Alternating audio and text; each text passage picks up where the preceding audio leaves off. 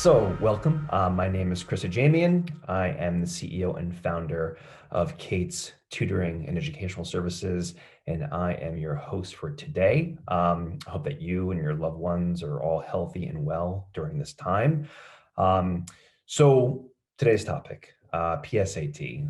With the coronavirus forcing a delay in the administration of the the PSAT, from October to January, a number of families have been reaching out to us and asking about PSAT, PSAT results, how are they going to be used, et cetera. And the PSAT is always worth talking about in some regard because, especially for families who are earlier in the high school process, understanding the PSAT and knowing how to interpret your students' scores are really important first steps in the standardized test prep process. Not only does the PSAT serve as the qualifying test for the National Merit Scholarships, but preparing for the PSAT can set your child up for success on the SAT or even the ACT, and in turn boost their college admissions chances. So today we'll be talking about these topics and more, including how to read your PSAT scores and what they actually might mean. So just some housekeeping pieces. I'm flying solo today, so I'll be, driving the conversation. But if you do have any questions ever, just please put them in the Q&A panel, not the chat thread, but the Q&A panel, please. You can access that by scrolling over the bottom of your screen, usually. Also, for the best experience, you may want to set your screen to gallery view, which you can do by scrolling over the top right corner of your browser and selecting gallery. You can also choose, click on view options at the top of your screen and select side-by-side mode so that I appear side-by-side with the slides on your screen. So today's discussion. So here are our talking points. We'll talk about, what is the PSAT? We'll talk about the purpose of the exam and does it really matter? Then we'll start talking about interpreting your PSAT scores. Then we're going to talk about building on your PSAT results, and then we'll do a Q&A. And again, if you have questions that come up during these segments, please put them in the Q&A panel, and we'll get to those at the end. If at any point in time you have a question that might be just like highly specific to your personal context, or that might be, even, private or somewhat sensitive, you're welcome to email us at info@katestutoring.com or contacting us either on our domestic headquarters line or our international in London. Cool. All right, so we're going to dive into it. So what is the PSAT? All right, so a couple of bullets here, okay? So you probably have already heard of the SAT. The SAT is an exam that's taken by over 2 million students every year on the road to college admissions. And you can think of the PSAT as a preliminary SAT, or like we like to say, the SAT's like little sibling. It's administered by the same people, so the College Board, and it covers much of the same material that the SAT covers.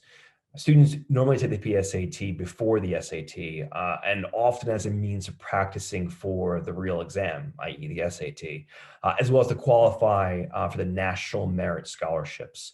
And frankly, even more PSAT test takers, sit the exam every year than the SAT. So for example, if 2 million students take the SAT, like back in 2018, 2019, over 4 million students took the PSAT. So it's a pretty popular test. All right. So when do students take it? They usually take the PSAT in 10th and or 11th grade, but some students start the process earlier. So for example, some students are allowed, actually all students are allowed to take the exam a maximum of 3 times and only once per year. Who are those students? They might be taking it as a freshman in high school, as a sophomore in high school, and as a junior in high school. But really the junior year test is really the one that kind of counts, if you will. And usually any testing beforehand, particularly in 10th grade, is really just kind of like a practice to kind of see where you are a year ahead of time. But the test is usually offered in October. And although, many people attending today already know this year's PSAT in October was delayed for obvious reasons, the coronavirus. And so this year, College Board added a January exam to accommodate the students whose testing plans were disrupted by the pandemic. And those results for many students came back about a week and a half ago, okay? So as far as the way that the exam is structured, so again, overall, the content on the PSAT is very similar to that of the SAT. It's got 3 sections. It has reading, writing and language, and math. And although the question types and format of the PSAT are nearly identical to the SAT, the questions are slightly easier, and there's also fewer of them, just a couple in each section. So students have 60 minutes to complete the reading section, which has 47 questions. They've got 35 minutes to do the writing and language section, which has 44 questions. And they have 70 minutes to complete the math section, which is really 2 sections, no calculator and calculator. And that's about 48 questions split over the course of these 2 subsections. So as far as the scoring goes, so just like the SAT, the PSAT awards and rewards students for correct answer choices. And the number of questions that you get correct are tallied to produce a raw score. And there's no penalty for incorrect answer choices. So you should always be answering something, even if you're running out of time and have to fill in bubbles. But this raw score is then converted into what's called a scaled score using conversion tables.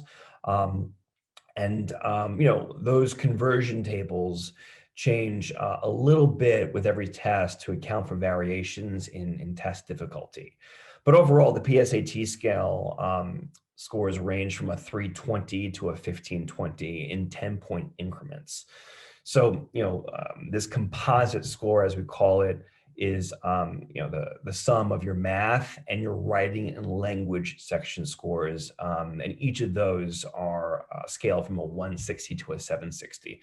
You'll notice here that on the SAT, it's usually between 200 and 800, and the reason why the score is a little different for the PSAT is because a couple of years ago when they changed the exam, well, back in 2015, they decided to have fewer questions on the PSAT, both in terms of number, but also in terms of difficulty level, right? So the idea is that the PSAT is not as comprehensive of a test as the SAT, and they're reflecting that through the scoring as well. Okay, so PSAT purpose and importance. So why do we take the PSAT? Well, before I get into that, I'm going to point something out, right? Which is that this is not a reason. It's not a reason to take the PSAT. The college application is not a reason why you try to take the PSAT and do well. You're not looking to take this exam and impress colleges. Schools don't see these PSAT scores. Okay, they never see them, right? I know that some students kind of worry about their PSAT scores, might kind of come back and hurt them, or may not be the best representation of who they are on test day. It doesn't hurt your application chances, right? So if you're wondering if the PSAT, has any bearing in the college admissions process, the answer is no, it doesn't, not really. Equally, right? If you have a perfect score of 1520, it doesn't mean that you're going to be getting into your dream school, right? But there are 2 reasons to take the PSAT. So number one, you want to practice. For some students, the PSAT acts as your baseline, right, for the SAT. So this is probably the most common reason why people take the PSAT.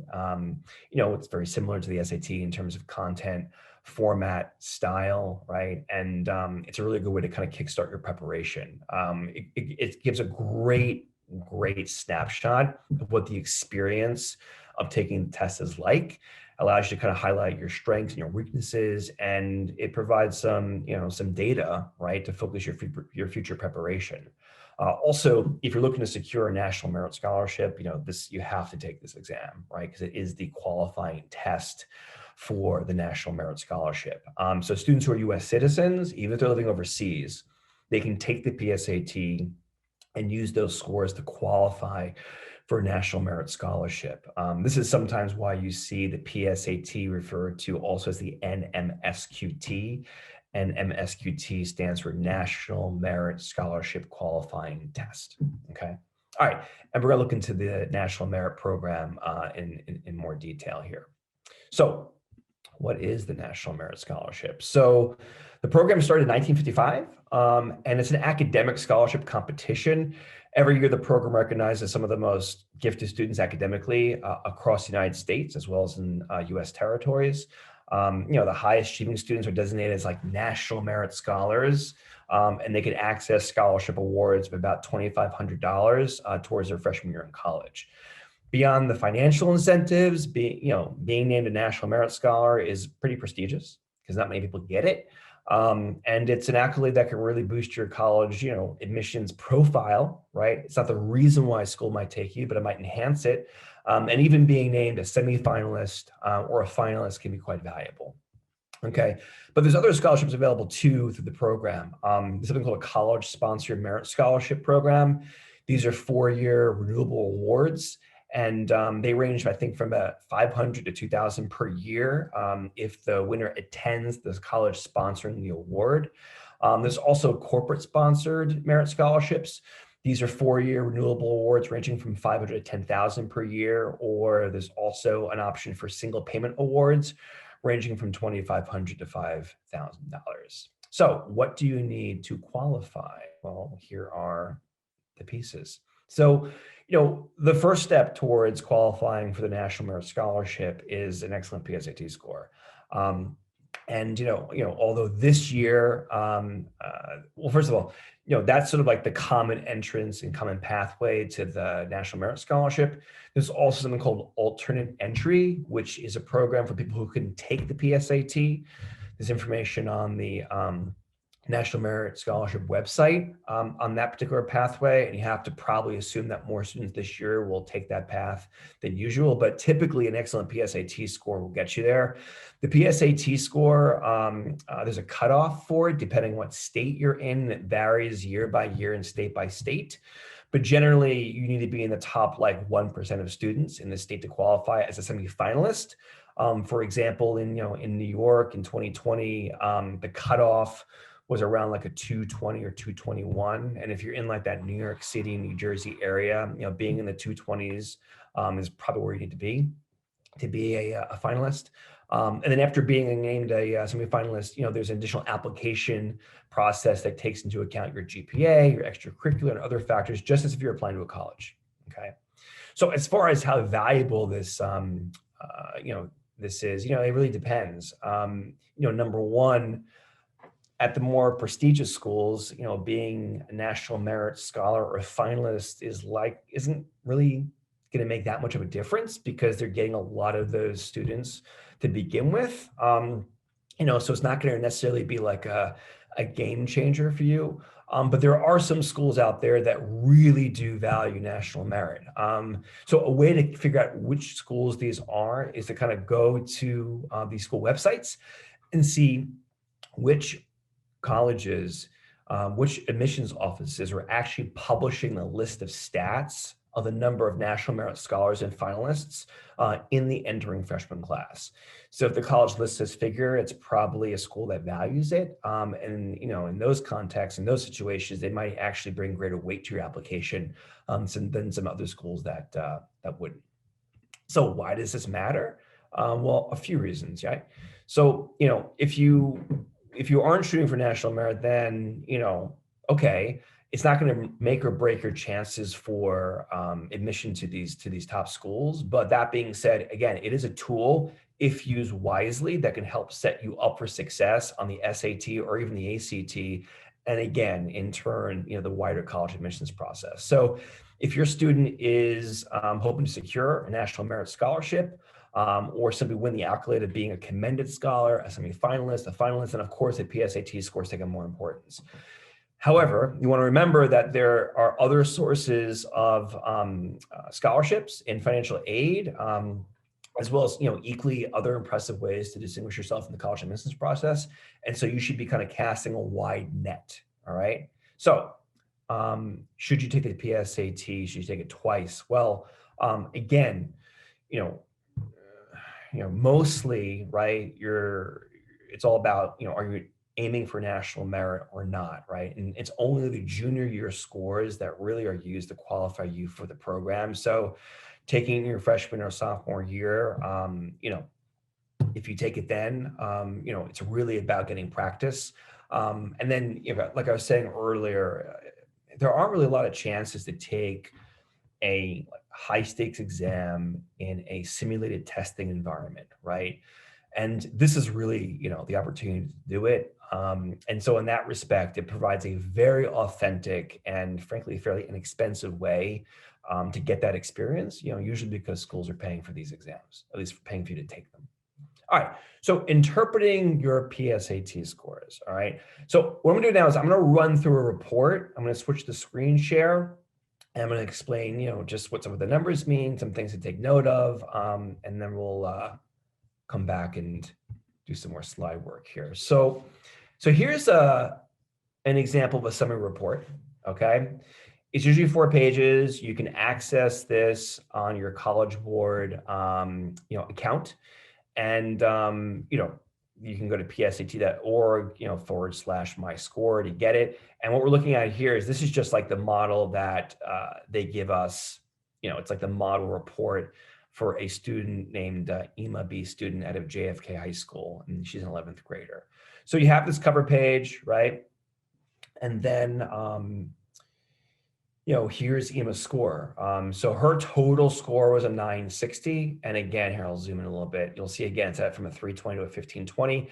She's in the 51st percentile for all students, who took this exam, which means that she's stronger than 51% of the students who took it. So like, if you're in 99th percentile, that means you're in the top 1% because you're better than 99% of the other students who've taken it, okay? This 960, again, is the composite. It's a combination of this evidence-based reading and writing score, which is a very fancy term for verbal, as well as her math score. And you'll see over here in her EBRW, or verbal score, she's at a 430 and she's in the 31st percentile. And they're kind of showing us where she is on the scale and where the benchmark is. The benchmark, which is like the average score, is like a 460 in this exam. And it says over here that she's almost on track to be college ready. So there's giving her some sense as to where she stands with other college going students. And the same thing over here in the math. Her math score is a 530. She's in the 69th percentile. She's above the benchmark, which is 510. And it says that her score shows that she's on track to be ready for college. Okay, so if she goes to her psat.org/my score, she can go get her full report, which includes and means actually seeing her test questions and seeing what she got right, what she got wrong, and maybe figuring out why. So over here, they have this thing here called the test scores, the reading score, the writing score, and the math score. These are just a further breakdown of this evidence-based reading and writing. The 430 is made up of shows like a 230, if you will, on the reading aspect and the 200 on the writing and language aspect. Those get combined to make the 430. And then the math score is usually a standalone score, but it's published in halves and usually double that to get to the, the scaled score. All right, so then over here, they have other things that are waiting for her online. And over here, they have her National Merit Scholarship, what's called Selection Index. So her selection index is a 139. And the way that you get this score is by effectively doubling the EBR W score and then adding the math score, okay? So this 139 is actually, again, doubling the verbal score and then adding the math score, okay? They have some more information here about eligibility requirements for her. And then we get into probably the most important part of this report and easily the most valuable. It's just your questionable feedback, all right? So what's happening over here is, it looks like a lot of information, and it is. But over here in the left-hand column, there's giving you a breakdown of each of the different sections. They're showing you total number of questions that Ema got correct, questions she got wrong, and questions that she omitted, which means that she didn't answer. She left them out, okay? And then we have the writing, we get the math calculator, we have the math no calculator, and then they have the key over here, check is correct, that O with a slash through it is omitted, that we have U is unscorable, which means a question becomes unscorable if it was basically wrong. And sometimes I say every couple of years, there's like an unscorable question where College Board removes it and everyone kind of gets like 10 more points. And then multi-grid incorrect is, I'll show you what that means in a few minutes over here. And over here, we have the easy, medium, and hard questions. And then they have like this red kind of like highlight, which means easy question missed. And then we have like the actual, Then we have the actual question by question feedback, right? Yeah, so what we'll do is we're gonna hit back over to the slides. And we're gonna do a little more content here on what the scores mean, and then we'll keep moving along. Let me get back to my slides. Yeah, here we are. So interpreting your PSAT scores. So what do these scores actually mean? So a couple of different things here, right? So number one, if your score is lower than expected, don't worry, right? Don't fall into this like sticker shock. The PSAT is just a diagnostic test, really, okay? And what's important is that, not the score that you achieved, but really the data behind it. I'm not going to bring you inside that in a few minutes, because the data behind it, the patterns behind your scoring, helps us understand what you need to do going forward to actually improve. Also, be wary of claims that your PSAT score can predict how well you're gonna, your student or you, if you are a student, will score on the actual exam. It's not a very good. I will say it's not a reliable indicator of success or future success on the bigger tests. Again, it's a diagnostic tool, and what we can actually do is give us a sense of your potential, and with the real work that's going to be required in order to improve your scores. So we're going to go back over to the PDF, and we're going to talk about what to make of all of this. Okay, so here's the deal. Again, this idea of sticker shock. One of the biggest issues that we face every single year is, working with families who have students who are, really strong academically, all A's or whatnot, but then they get scores that are kind of underwhelming on the PSAT. And the truth of the matter is that, academic success does not mean and does not always translate to standardized testing success. They're two different things, okay? And what's most important to keep in mind is that, whatever your PSAT score is, it's not a fait accompli, right? Your PSAT score is not it's not going to dictate your future success, but it can inform success. So what's important about a PSAT score and PSAT score report is when you go through all the different items, all the different, questions we have here, we really want to figure out where can we find points, all right? And that really kind of comes down to what's the source of error, right? Why did the student not answer this question correctly? It's usually due to either content, strategy, or test taking skill. And it's really about kind of patterns of analysis. So what I'm gonna do right now is I'm gonna kind of walk you through this test and just kind of show you a couple of different trends that I see in EMA's report that raise certain questions and kind of make me wonder if a 960 as her as her PSAT score is really a great indicator of where she's going to be. So we'll just go in order. We'll look at the reading first. Usually the way the PSAT works and the SAT is that there's 5 reading passages in the reading section. And the SAT is just maybe 5 more questions compared to, it's 52 questions compared to 47, but usually each passage is around 9 or 10 questions. So if I look at the first 9 questions here, if I zoom in here, check this out. This student got off to a pretty good start, right? In these first 9 questions, she got all but 2. Yeah, or maybe even first 10 questions, she got all but 2. That's a pretty strong start. And what's nice about it too is that she's getting some hard questions right in here, right? These level 3 questions. She's getting those questions right, but she's missing question 4, which is considered an easy question, which is also why it's has that red shading, and also question 2. So why is that? Well, it could be because, I don't know, early test jitters. That could be a factor, which would be a test taking skill question. It could also be that these particular question types, right, which are not clear here, if they actually go into the exam and take a look at what kind of questions those are, maybe those are types of questions that she struggles with.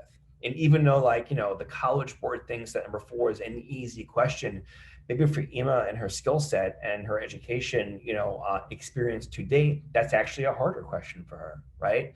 So you got to kind of take these with a grain of salt. But what's important to me is that if College Board thinks that, questions 6 and 7 are high-level questions, difficult questions, and she can get those right, you have to think she can probably get, questions 2 and 4 right once she's really kind of been through the preparation process, right? Then we get into the second passage and look at this, man, right? We got a lot of red over here, okay? I mean, she's missing easy, she's missing hard, she's missing mediums. We got one of these X's, right? Which means she had like a multi-grid, which means she probably put in like 2 answers. Maybe she put in like C and D. For what reason? We have no idea. But there's something kind of going on here. Why might that be? I don't know, right? Maybe she took a long time to do really well in this first passage, and that's why she did as well as she did. And then suddenly she got like nervous about the timing or something, right? And that's why she performed poorly over here. Or maybe there's something about this passage. Maybe this is a natural science passage and Emma doesn't see herself as a science student. It got like spooked or whatnot, right? So is this about content? Is this about strategy? Is it about test taking skill? I don't know. But I'm thinking this is probably a more reliable predictor of where she's at as a student than maybe over here. I always say to people, you can't fake good results, but you can, have like a bad day or have like a bad stretch, right? Because you're kind of off your base. So then, after those first 2 passages, then it was kind of hit or miss with her. 2 right, 1 wrong, 1 right, 2 right. And then she ran into problems over here again. And then over here, look at this block of, we got 29 through 33. These are all hard questions, but she got some right, she got some wrong, right? So she's kind of all over the place, all right? Then she's got these 4 or 5 questions wrong. Then she's got these 4 questions right. Look, I would think that College Board based this data on a real student, but this doesn't really seem like a real student to me, unless it's someone who's like, I'll say dealing with some irrational, factors in her testing. And so, but whatever the case is, I have seen enough from her, right, that she can get hard questions right, here and here. I see more than 3 instances where she's got success. That makes me feel like once she's got some good strategy behind her, she'll probably be able to, perform quite well in the reading, okay? So that's the reading. Looking over here now at the writing and language, why did she miss, there's 4 passages, 11 questions each. She missed, 8 of the first 9. Why? Well, maybe it's because she had she got freaked out after having a rough end to the section over here in the reading, right? Then she settles herself down. She's getting mediums and easies and hards right. Misses another easy except the hard right? I mean, she's, again, kind of all over the place. And then she finds a little bit more consistency over here, right? But, this is a student who, if you look more closely at the data and the trends in this writing section, she actually only got about like 6 of the hard questions wrong. And, if you start to, again, look at writing compared to reading and ask yourselves, if this student, if when she's at her best, that's her true self, we can pick up points probably over here as well. And over here in the math, right? They have the math calculator and then the math, no calculator. Now the no calculator comes first, okay? So the way it works is, you have your multiple choice, your 13 questions. It goes roughly easy, medium, and hard, which you can see by, the number of boxes here. And then it reboots on the grid-ins, which are, the section of the exam where it's not multiple choice, you actually write an answer in. And this, it sort of reboots. So it goes easy, medium again, and then to the hards. And then you see the same thing over here in the math calculator, right? It's like easy, medium, and hard. And this particular test is kind of like hard. Here's what's important to me. I always look at the last quarter, all right, or last half of the section. Look, the last like what, 5 questions here, she's getting 3 of these right, okay? She was fairly consistent in here. Why she missed number 4? Well, maybe it's a content thing. Maybe she doesn't learn that in her curriculum yet at school, right? Remember, if she's an 11th grader and she's taking this test in October, for example, she's nothing more than really a glorified sophomore, right? She's like, a month and a half into her junior year. So she's still pretty much only got 2 years of high school math. So, but look, she's able to do all that really well, okay? And then she got the hardest question, one of the hardest questions, right, in the section. And look, this could have been a guess, or she could have known the material, right? And these impressions are kind of supported by what I'm seeing over here in the math calculator section, right? Did pretty well, missed a couple of questions, right? Didn't do so hot over here because she got number 26 right, right? So this is all to say that when you really kind of break it down and you look at where the student was successful, this 960 is not maybe the best indicator, and she could potentially be, at a much higher level on this test. So what does that mean? Well, let's go back to our slides and take a look. So in this particular example, okay, I was able to factor in that we could improve her reading score we could probably add around 20 points, okay? If we assume that the easies and mediums that she missed, she can actually get, okay?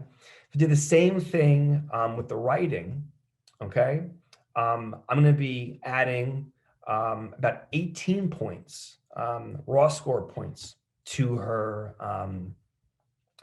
to her score. So in the reading and writing, I've taken her now from like a 23 to a 34, and from a 20 to a 31 on the scale for reading and writing, right? And then for math, we do the same thing with trend analysis, pattern analysis. We'll see that she can actually maybe add as many as 14 points, which actually would bring her score up from a 530 to about a 710, okay? And then overall, if we, assuming this is all correct, and of course we'd have to go over the exam with her and, see if she's, if our impressions are right, and oftentimes they are, and sometimes we're a little bit off. But if we really were to, help her get those easy and medium questions right, and she goes through the preparation process and she's really ready to do well, I see evidence that this student can add about 300 points to her score, going from a 960 to a 1360. And, this is a methodology that we've been using for literally 20 years, and it's been pretty consistent. So again, sticker shock, right? Don't buy into it. What's most important is the pattern behind the scores, right? Oftentimes, if you can, find a way to, just identify the source of error and the why, it usually comes down to a practical, explanation in content, strategy, and test taking skill. And usually we're able to find these points, right? Okay. So building on your PSAT results with all that said. All right, so a couple of things here. So, once you've taken the PSAT, how do you move forward? Well, like we always say here, you cannot overestimate the importance of maintaining a positive mindset throughout the testing process. So first things first, you always want to congratulate yourself for like sitting, through the SAT, PSAT, ACT, whenever you take an exam, right? But particularly the PSAT, because it's the first step in the journey and you've survived it. Congratulations, right?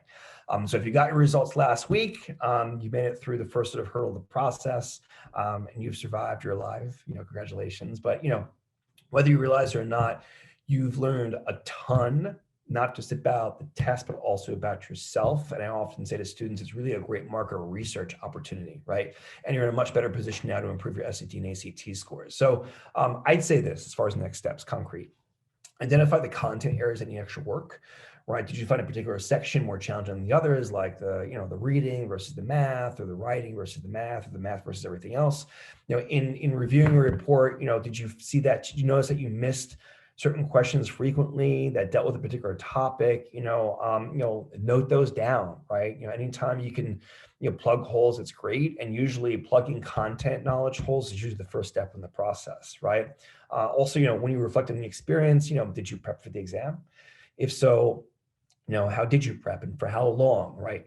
What was the inputs, if you will, leading up to the exam, and what does that say about the output and vice versa, right? Did you feel prepared in the room? Okay. Identify what worked in the process, right? And what you can then improve on to create your actual eventual SAT or ACT strategy, right?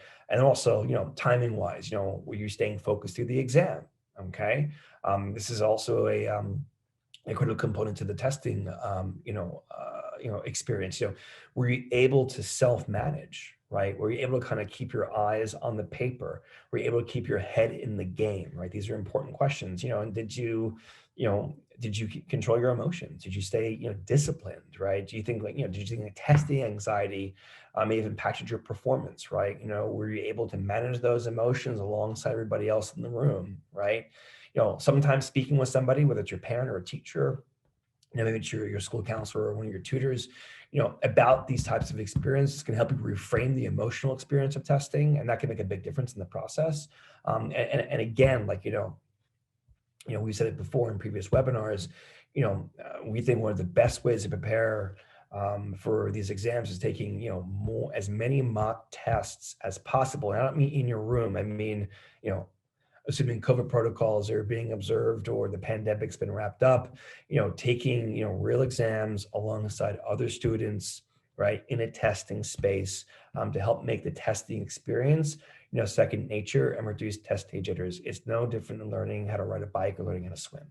Okay. So as far as recommendations go, we have quite a few here. So a lot of really great free resources out there. To start filling in your content gaps, great places to start are the official SAT or ACT prep guides. They call it the SAT Blue Book or the ACT Red Book. These books are great. They have great direction on the content. They got like hundreds of practice exercises to help you, really kind of understand the way that the content is tested on the exam, so you understand the material. There's also plenty of resources on YouTube as well as sort of elsewhere online, to help you prepare for the exams. And if you're interested in building your testing strategy, your testing skills, you can check out the book that I wrote, Great Expectations, Your Famous Roadmap to Guaranteed SAT, ACT Success, which is all about the importance of self-discipline and a testing mindset and deciding who you want to be on test day. It goes into my own personal struggles with testing as a high school student and how I sort of leverage that to build our program. That's available on Amazon, Apple Books. You can also find links to that on our website for purchase if you want. But also, taking more and more mock tests. The more mock tests, I think, the better. It's like the one thing that I think students, universally agree, is, the best way to prepare for the exam. So, in addition, if you want to, talk about your results, you're welcome to contact us for a free test prep consultation. We do half-hour calls all the time with people. I'll come back to this slide in a little bit. But now I want to kind of get into the Q&A. So going to the Q&A, let me see if there's any, let's see, there's no open questions. So again, if you have questions, please put them into the Q&A panel. But I'm going to go, as people are thinking about what those questions might be, I'm going to go into the questions that were asked, during registration and kind of hit upon some of those. So someone asked, how do you increase your vocabulary and reading comprehension for the SAT, ACT, and PSAT? Well, to me, I think the one thing you can do is really read more and diversify your reading, particularly literary narrative, right?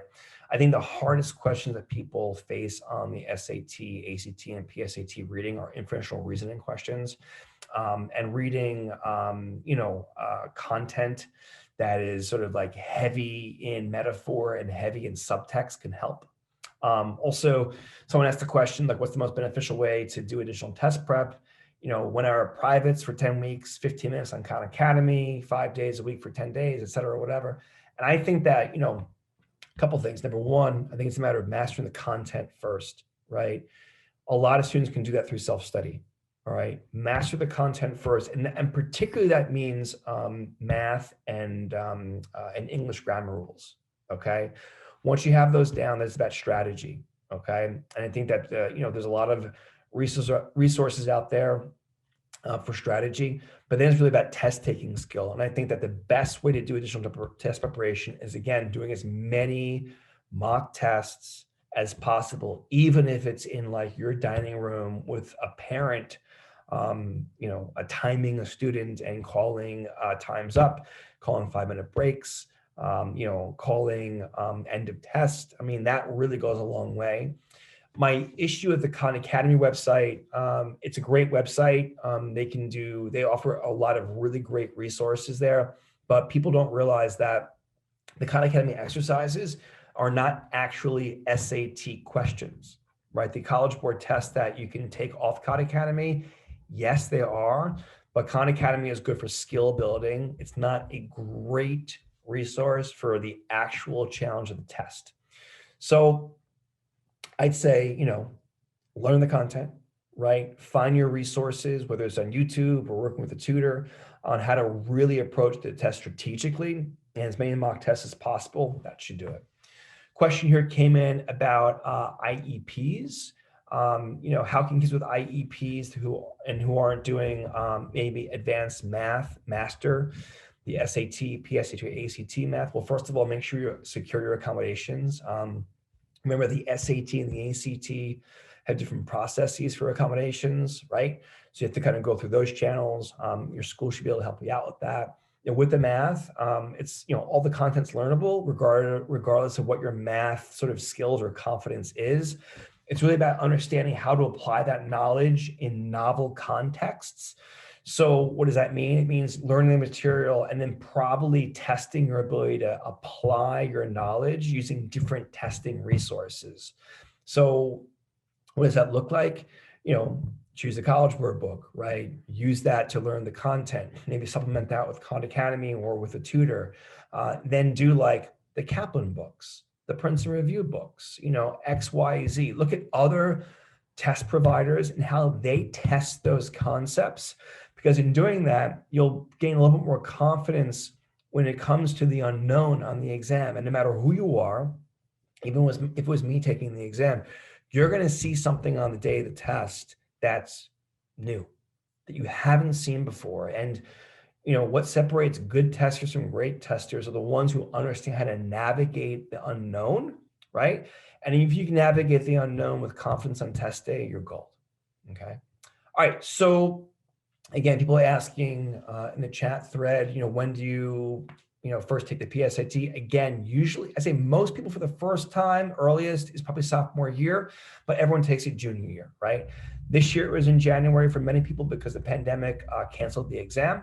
Another question came in here about average point increases from PSAT to SAT. Well, College Board will say that your PSAT score is equivalent to your what your SAT score will be, right? Even though the SAT will be a little bit harder, you'll know more by then, and the score should be equivalent. I mean, I don't really buy that at all for reasons I just demonstrated. I think anyone who, I think I mentioned this earlier, who talks about like average point increases, I don't really kind of buy into that because it's really kind of student specific and also case specific. Plus, and we don't publish average score increases for the following reason. What's more impressive? Working with someone like Ema and helping her go from a 960 to a 1360, adding 300 points, or working with somebody who maybe has a 1360 and helping them get to a 1520, right?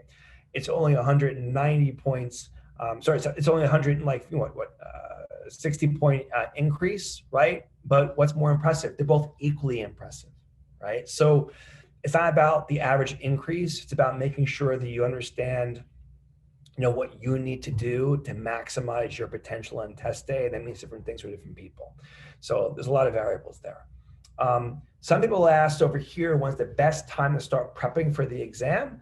I'd say that the most proactive students begin preparing for the test over the summer between sophomore and junior year. There are some students who started earlier sophomore year. They're like very proactive. I'd say that other students wait until the fall of their junior year, and some even wait until after they get their PSAT scores back, which typically is in December if you take the October exam, although this year that would be March. Um, I'd say that, students who are looking to start their preparation during the summer between sophomore and junior year, those are students who are probably looking to take the PSAT in the fall and do really well on it. Maybe become, someone who hits that national merit cutoff, and also somebody who may want to sort of like wrap up their SAT testing by December. So, but again, that depends on who you are, it depends on what your context is, depends on where you're starting, depends on a lot of other factors. I think that all said, you can probably never start learning about the process too early. So if you want to start to investigate what it means to do well on the SAT, so you can make a more informed decision that makes sense for you and your family or your student, it's never too early to start that research process, okay? And then question came in here, given all the changes this year, how significantly should we expect the SAT to weigh into college decision making? Well, test optional policies have been really interesting. There's a Wall Street Journal article that came out, I think, yesterday morning. I think did a really nice job in kind of covering how test optional policies have affected college admissions effectively. With schools like, those top echelon schools removing the testing barrier, you've seen applications go up by as much as like 50% at certain schools.